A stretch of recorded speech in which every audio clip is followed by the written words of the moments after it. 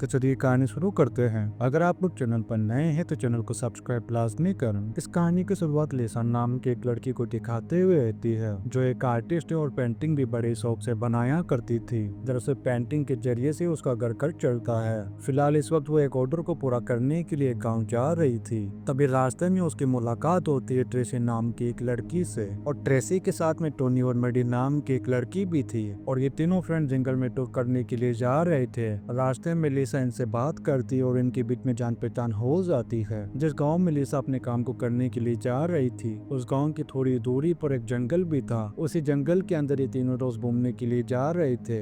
जब ये लोग ऐसे जाने लगते हैं तो लिसा इनसे कहती कि अगर टाइम मिले तो मिलने के लिए जरूर आना, क्योंकि मैं अगले कुछ ही दिनों तक इस गाँव में रहूंगी। उनके जाने के बाद लिसा बस स्टॉप पर बैठ कर के बस के आने का वेट कर रही थी। तभी इसके पास एक लड़का आता है जिसका नाम था मार्कस। वो लिसा से कहता है कि यहाँ पर कोई भी बस नहीं आती है, इसलिए जहाँ पर तुम जाना चाहती हो, अगर तुम चाहो तो मैं तुम्हें वहाँ पर छोड़ देता हूँ। इसके बाद मार्कस लिसा को लेकर के उस जगह पर पहुंच जाता है जहाँ पर वो जाना चाहती थी। वहाँ पर एक पब भी था।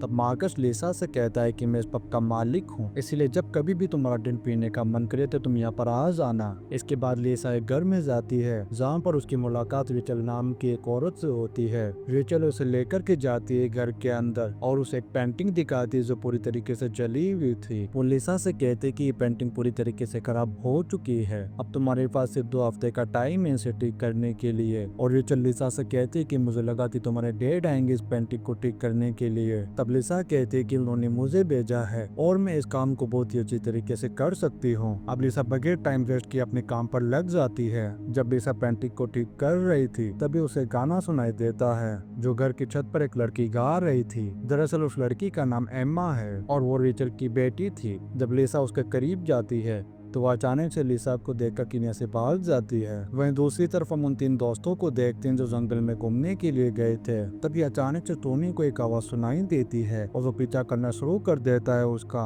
लेकिन जब ट्रेसी और मेडी टोनी के चीखने चिल्लाने की आवाज सुनती है तो उनकी भी आंख खुल जाती है। मेडी उसे आवाज लगाती है लेकिन वो कभी जवाब नहीं देता है। तभी अचानक से मेडी के पीछे कोई आ जाता है और उसे घसीट करके ले जाता है अपने साथ। इसी बीच ट्रेसी पर भी कोई हमला कर देता है जिससे वो भी बेहोश हो जाती है। कुछ टाइम बाद जब इन तीनों को होश आता है तो ये तीनों अपने आम पे लकड़ी के बने हुए पिंजरे में कैद पाते हैं। और इस जगह पर हमें यहाँ पर एक बड़ा सा कुआं भी दिखाया जाता है। तभी अचानक से यहाँ पर एक बहुत ही बड़ा सांड जैसा आदमी आ जाता है जिसका नाम था रोनी। उसके हाथ में एक बर्तन था और वो उस बर्तन को लेकर के उस कुएं के पास जाता है, फिर उसे रस्सी से बांध करके गिरा देता है कुएं के अंदर। कुछ देर बाद जब वो रस्सी को वापस ऊपर खींचता है तो उस बर्तन के अंदर खून भरा हुआ था। यहाँ पर टोनी जो पिंजरे में बंद था और जोर जोर से चीखना चिल्लाना शुरू कर देता है। ये देख करके रोनी को गुस्सा आ जाता है और वो टोनी की बहुत ही बुरे तरीके से धुलाई करके उसे डाल देता है कुएं के अंदर। मैडी और ट्रेसी भी अपने दोस्त को मरता हुआ देख करके बहुत ही बुरी तरीके से रो रहे थे। वहीं दूसरी तरफ हम लिसा को देखते हैं जो पेंटिंग को अच्छी तरीके से साफ कर रही थी। तभी पेंटिंग के अंदर उसे एक बहुत ही भयानक और अजीब सा शैतान दिखाई देता है। जब वो उसके चेहरे को साफ करने लगती है तभी अचानक से उसका हाथ कट जाता है जिससे उसके खून के भी छींटे पेंटिंग पर जाकर के गिर जाते हैं। लिसा का हाथ जख्मी हो गया था लेकिन फिर भी वह नहीं रुकती है और अपने दूसरे हाथ से पेंटिंग को ठीक करने लगती है। तभी अचानक से लाइट ऑफ हो जाते हैं और इस कमरे में आ जाता है एक अनजान आदमी। लेकिन जब लिसा उस आदमी के चेहरे को देखती है तो वह ये देख करके बहुत ही ज्यादा हैरान रह जाती है। दरअसल ये आदमी और कोई नहीं बल्कि उसके पिता थे। वो लिसा से कहते कि मैंने तुम पर भरोसा करके बहुत बड़ी गलती कर दी। इतना कहने के बाद वो एक चाकू निकालते हैं और अपने गले पर वार कर देते हैं। लेकिन बाद में लिसा को पता चलता है कि ये तो सिर्फ उसका एक वहम था और हकीकत में ऐसा कुछ भी नहीं हुआ था।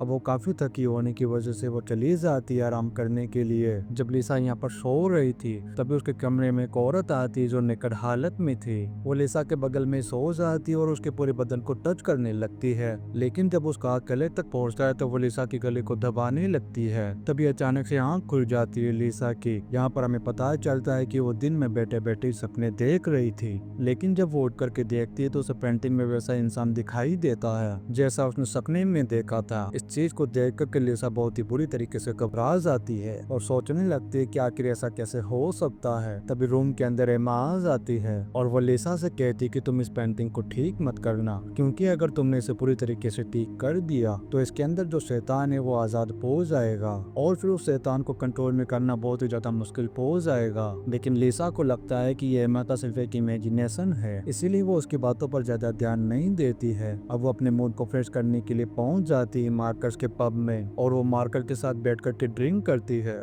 और उसे बताती है कि जब से वो यहाँ पर आई है उसके साथ में बहुत ही अजीब अजीब तरीके की हरकतें हो रही हैं। उसके साथ में बहुत ही अजीब अजीब तरीके की हरकतें हो रही हैं। लिसा कहती कि मुझे ऐसी चीजें दिखाई देती है जो हकीकत में बिल्कुल भी नहीं होती है। तब मार्कस कहता है कि थकावट की वजह से तुम्हारे साथ में ऐसा हो रहा हो, इसीलिए तुम्हें थोड़ा आराम करना चाहिए। वहीं दूसरी तरफ हम उस शाम जैसे आदमी रोनी को देखते हैं जो उस बर्तन को लेकर के फिर से कुएं के पास जाता है और रस्सी से बांध करके गिरा देता है नीचे। इस बार हम इस कुएं में एक हाथ को देखते हैं। वो हाथ जिस किसी का भी था वो अपने हाथ पर कट लगाता है और बहुत सारा खून उस बर्तन में गिरा देता है। खून लेने के बाद रोनी उस कुएं वाले आदमी को थैंक्स कहता है और वो उसे खाना खिलाने के लिए इस बार शिकार करता है मैडी का। अब मैडी को मारने के बाद वो उसे ले जाकर के डाल देता है कुएं के अंदर। इसके बाद हमें कुएं के अंदर का सीन दिखाया जाता है जहाँ पर हमें बहुत ही भयानक शैतान को देखते हैं जो मैडी की बॉडी के ऊपर जाकर के बैठ जाता है और उसे अपना डिनर बनाने लगता है। उधर हम रिचल को देखते हैं जो लिसा से बहुत ज्यादा नाराज थी क्योंकि लिसा अपने काम को ठीक तरीके से नहीं कर पा रही थी। रिचल इसे कहती कि अगर तुमने ये काम टाइम पर नहीं किया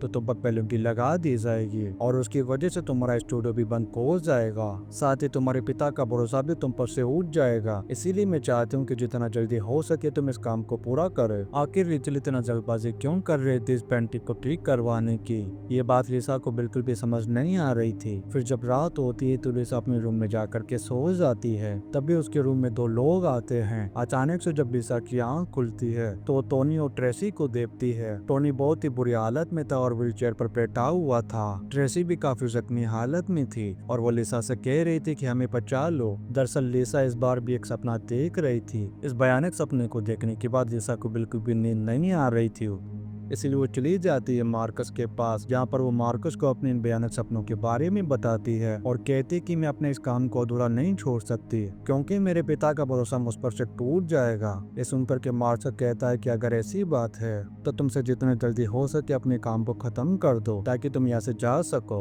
इसके बाद लिसा घर आती है और उस काम को जल्दी पूरा करने के लिए नशा कर लेती है। तभी अचानक लिसा को अपने रूम के अंदर पर्दे के पीछे किसी के रोने की आवाज सुनाई देती है। जब लिसा जाकर के देखती तो उसे पता चलता है कि ये तो मैडी है जिसकी हालत बहुत ही ज्यादा खराब थी। दरअसल मैडी को सांड जैसे आदमी ने कुएं में फेंक दिया था, लेकिन मरने के बावजूद वो लिसा को दिखाई दे रही थी। तभी कमरे में रिचल आ जाती है। तब लिसा को पता चलता है कि ये तो सिर्फ उसका एक वहम था। यहाँ रिचल को पता चल जाता है कि लिसा नशा कर रही है। तभी वो उस पर बहुत ज्यादा गुस्सा करती है। फिर जब लिसा रिचल को बताती है अपने भयानक सपनों के बारे में तो रिचल को उसकी बातों पर बिल्कुल भी यकीन नहीं होता है। वो लिसा से कहती कि तुम नशा कर रही हो, इसीलिए सब कुछ तुम्हारे साथ में ऐसा हो रहा है। उधर हम एक कैदी को देखते हैं जो लोहे को काट करके एक बेंच को खोल देता है। बेंच को खोलने के बाद जैसे ही वो अपना गला अंदर डालता है तभी वो शैतान पकड़ लेता है उसे और काम तमाम कर देता है उस आदमी का। वही हम रिचल को देखते हैं जो आईने में अपने आप को देखती है, फिर एक ड्रिंक पीती है। दरअसल रिचल जिस चीज को पी रही थी वो शराब नहीं बल्कि ब्लड था और इसी आईने में हम उसे पेंटिंग वाले शैतान को भी देखते हैं जिसने लिसा के गले को दबा करके उसको मारने की कोशिश की थी। अगले दिन हम लिसा को देखते हैं जिसका मूड बहुत ज्यादा फ्रेश था। वो रूम में आती है और अपने काम पर लग जाती है जो वो पेंटिंग को ठीक कर रही थी। तभी उसके पास एम्मा आती है और फिर से वो लिसा से कहती कि इस पेंटिंग को ठीक मत करो क्योंकि इन सब के पीछे मेरी माँ का हाथ है। उन्होंने शराब को जागृत किया है। गोरन जो कि एक शैतान है वो उसी का खून पी करके जवान बनी रहती है। वो लिसा को बताती है कि आज रात चांद पर लाल बादल होंगे और अगर उस चांद की रोशनी इस पेंटिंग पर पड़ गई तो पेंटिंग के अंदर का शैतान फिर से 500 सालों के लिए आजाद हो जाएगा। इसीलिए मेरी माँ रिचल तुमसे ये पेंटिंग जल्दी से जल्दी ठीक करवाना चाहती है क्योंकि वो शैतान को आजाद करवाना चाहती है। दरअसल उन्होंने शैतान के साथ में डील कर रखी है कि वो हमेशा जवान बने रहना चाहती है, इसीलिए वो ऐसा कर रही है। लेकिन लिसा को अब भी लग रहा था कि ये सिर्फ एमा का एक इमेजिनेशन है, इसीलिए वो एमा से कहती कि तुम नीचे जाओ और मुझे अपना काम करने दो। लेकिन तभी एमा कहती कि उस शैतान को बलि चढ़ाने के लिए फिर से कुछ लोगों को कैद करके रखा गया है, इसीलिए तुम एक बार चल करके देखना ताकि तुम्हें यकीन हो जाए। अब लिसा उसकी बात मान लेती है। इसके बाद एमा उसे लेकर के जाती है बेसमेंट में, जहाँ सबसे पहले इनकी नजर पड़ती है उस शान जैसे आदमी रोनी पर जो किसी को मारने के लिए जा रहा था। तभी अचानक से रिचल अपनी बेटी एमा को आवाज लगाती है। तब रिचल का ध्यान भटकाने के लिए एमा यहाँ से चली जाती है। अब यहाँ पर लिसा अकेली हो चुकी थी। वो अपने हाथों में एक हथियार लेती है और पीछा करना शुरू कर देती है रोनी का। रोनी बर्तन लेकर के उस कुएं के पास जाता है और उसे अंदर गिरा देता है। और अब यहाँ पर सिर्फ ट्रेसी बची हुई थी। रोनी ट्रेसी के पास जाता है, उसे बहुत ही बुरी तरीके से टॉर्चर करने लगता है। फिर वो उसे लेकर के आता है कुएं में गिराने के लिए, लेकिन जैसे वो उसे गिराने वाला था तभी पीछे से लिसा आती है और हमला कर देती है उस पर, जिस वजह से रोनी जख्मी होकर के गिर जाता है नीचे। अब लिसा जल्दी से ट्रेसी को कुएं से बाहर निकालती है और उसे लेकर के भागने लगती है यहाँ से। तभी अचानक से ट्रेसी के पैर में कील लग जाती है, जिससे उसे बहुत ही ज्यादा दर्द होता है। इधर जब रोनी को होश आता है तब उसे पता चलता है कि जिस पैसेज को बंद किया गया था किसी ने उसे खोल दिया है। पैचेस खुल जाने की वजह से जो कुएं के अंदर शैतान था अब वो बाहर आ चुका था। वो रोनी पर हमला करके उसका काम तमाम कर देता है और उसकी बॉडी को बना लेता है अपना डिनर। उधर लिसा ट्रेसी को लेकर के जैसे ही घर से बाहर निकलने वाली थी तभी दरवाजे पर मार्कस आ जाता है। उसके हाथ में एक क्रॉसबो था जिससे वो ट्रेसी पर हमला कर देता है, जिससे तुरंत ही ट्रेसी की यहीं पर मौत हो जाती है। इसके बाद वो लिसा को लेकर के जाता है घर के अंदर और उसे वो पेंटिंग ठीक करने के लिए कहता है। अब लिसा के पास और कोई दूसरा रास्ता नहीं था, इसीलिए वो उस पेंटिंग को ठीक करना शुरू कर देती है। पेंटिंग को साफ करते वक्त उसे रिचल के हाथ में एक पेपर दिखाई देता है जिस पर कुछ मंत्र लिखा हुआ था और वो उन्हीं मंत्र को पढ़ करके शैतान को अपने वश में कर रही थी। तभी यहाँ पर एमा आ जाती है और पेंटिंग पर पेट्रोल छिड़क देती है और फिर वो लिसा को धमकी देती है उस पेंटिंग को जलाने की। दरअसल एमा नहीं चाहती थी कि वो शैतान आजाद हो। तभी मार्कस एमा को मारने के लिए क्रॉसबो उठा लेता है, लेकिन तभी लिसा मार्कस पर हमला करके एमा को बचा लेती है। तभी लिसा जाकर के उस क्रॉसबो को उठा लेती है और हमला कर देती है लिसा पर, जिससे लिसा जख्मी होकर के नीचे गिर जाती है। इसके बाद मार्कस आगे बढ़ता है लिसा को मारने के लिए। तभी अचानक से लाल चांदनी की रोशनी इन सभी के ऊपर पड़ने लगती है, जिस वजह से ये सभी लोग बहुत ही बुरी तरीके से तड़पने लगते हैं। थोड़ी देर में इन सभी की मौत हो जाती है और इनकी बॉडी पूरी तरह से धूल मिट्टी में बदल जाती है।